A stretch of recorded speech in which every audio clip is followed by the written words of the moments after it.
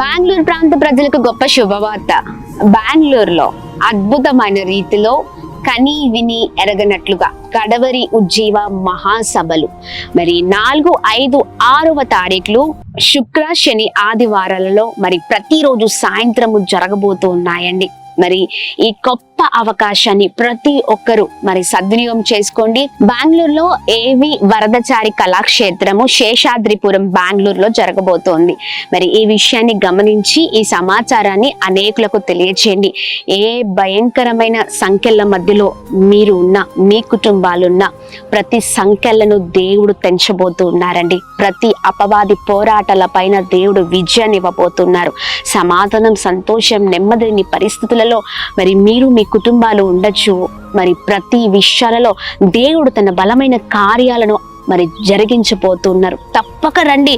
ఆత్మీయ జీవితాలలో మరి దేవుడు ఘనమైన కార్యాలను జరిగించబోతున్నారు. చక్కని అద్భుతమైన మరి స్తుతి ఆరాధనతో హృదయాలను కదిలించే అద్భుతకరమైన వర్తమానముతో దేవుడు, ఆ పరిశుద్ధాత్మ దేవుడు ఆ ప్రాంతంలో సంచరించబోతూ ఉన్నారు. మరి తప్పక పాల్గొనండి. మీతో పాటు అనేకులను తీసుకొని రండి. బెంగళూరులో జరుగుతున్న ఈ కడవరి ఉజ్జీవ మహా సభలకు ఇదే మా ప్రత్యేకమైన ఆహ్వానం. డేట్ ని సేవ్ చేసుకోండి. అక్టోబర్ 4, 5, 6 ప్రతిరోజు సాయంత్రం 6 గంటలకు ఏవి వరదచారి కళాక్షేత్రము Seshadripuram Bengaluru. Praise the Lord. God bless you all.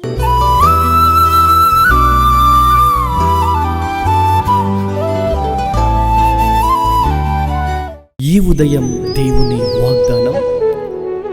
నీకు వాగ్దానం ఇచ్చిన దేవుడు నమ్మదగినవాడు, నిన్ను విడువడు, ఎడబాయడు. ప్రైజ్ ది లార్డ్ అండి. Good morning. అందరు బాగున్నారా? ప్రభువైన యేసుక్రీస్తు నామంలో ఉదయకాల సమయంలో అందరికీ ప్రత్యేకమైన శుభములు తెలియజేస్తూ ఉన్నాను. దేవుడు మిమ్మల్ని, మీ కుటుంబాలను దీవించి సకల సమృద్ధి చేత ఆశీర్వదించును గాక. చాలా అద్భుతంగా ప్రతి ఉదయం దేవుని మాటలు ధ్యానిస్తూ ఎన్నో విషయాలను ప్రభు దగ్గర నుంచి మనం నేర్చుకుంటున్నాం కదండి. ప్రభు మాటల్ని మనం పట్టుకుంటే మన బ్రతుకులు మార్చబడతాయి. ప్రభు మాటలు సత్యమైన మాటలుగా ఉన్నాయి. ఆయన మాటలు ఎప్పుడు కూడా మనల్ని మంచి మార్గంలో నడిపించే మాటలుగా ఉన్నాయి. మరి ఈ ఉదయకాల సమయంలో మనము బ్రతుకున్నట్లుగా దేవుని మాటల్ని అందరం కలిసి మరి ధ్యానిస్తూ ఆయన మాటలు పట్టుకొని ముందుకు సాగుదామా? ఈ ఉదయకాల సమయంలో పరిశుద్ధాత్మ దేవుడు మనందరితో మాట్లాడుతున్న తన ప్రత్యేకింపబడిన మాటలు అపోస్తలుడైన పౌలు రోమీయులకు రాసిన పత్రిక 12వ అధ్యాయము 12వ వచనం. నిరీక్షణ గలవారై సంతోషించుచు, శ్రమయందు ఓర్పు గలవారై ప్రార్థనయందు పట్టుదల కలిగి ఉండుడి. ఆమేన్. దేవుని నామానికి మహిమ కలుగుగాక. అద్భుతకరమైన మాటలు కదా. నిరీక్షణ కలిగి సంతోషించే వారిగా మనం ఉండాలి. శ్రమ కాలంలో ఓర్పు కలిగిన వారిగా మనం ఉండాలని, అలాగే ప్రార్థనలో పట్టు విడువని ప్రార్థనతో మనం ముందుకు సాగాలని దేవుడు మాట్లాడుతూ ఉన్నారండి. ఈ ఉదయకాల సమయంలో దేవుని మాటల్ని పట్టుకొని ముందుకు సాగుదాం. చూడండి, మనకు ఏవైతే లేవో వాటినే దేవుడు ఉదయకాల సమయంలో గుర్తు చేస్తూ మనల్ని ఆయన ముందుకు నడిపిస్తూ వస్తూ ఉన్నారు. చూడండి, మనము నిరీక్షణ లేని వారిగా ఉంటూ ఉంటాం కదా.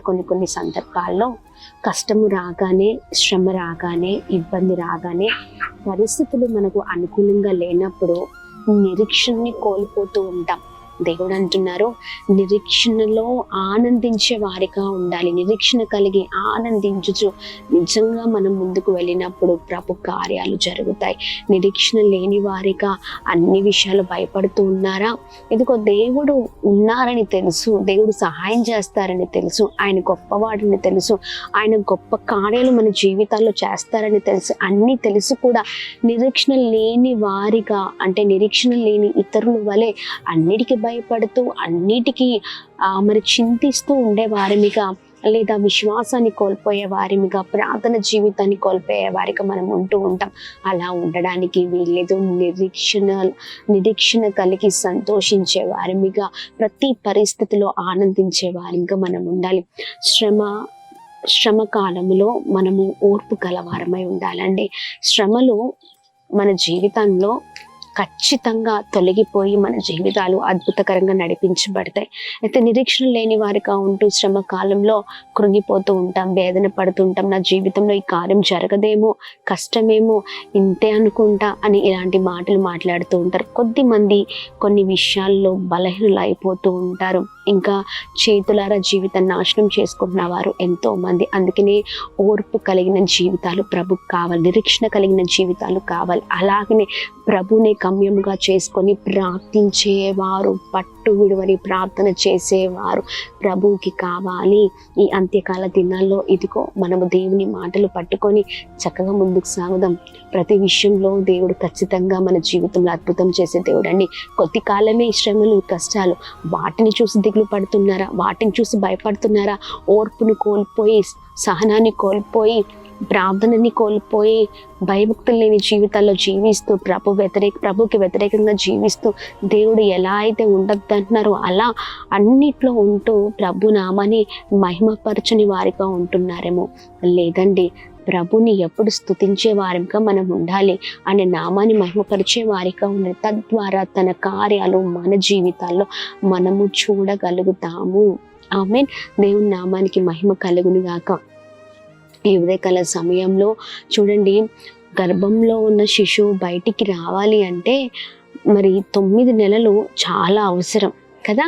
9 నెలల లోపడున్న మరి బిడ్డ మరి ఎదుగుదలకి మరి ఆ కడుపులోనే ఉండి, ఆ తల్లి గర్భంలో ఉండి లోపల ఎదుగుతూ ఉంది కదా.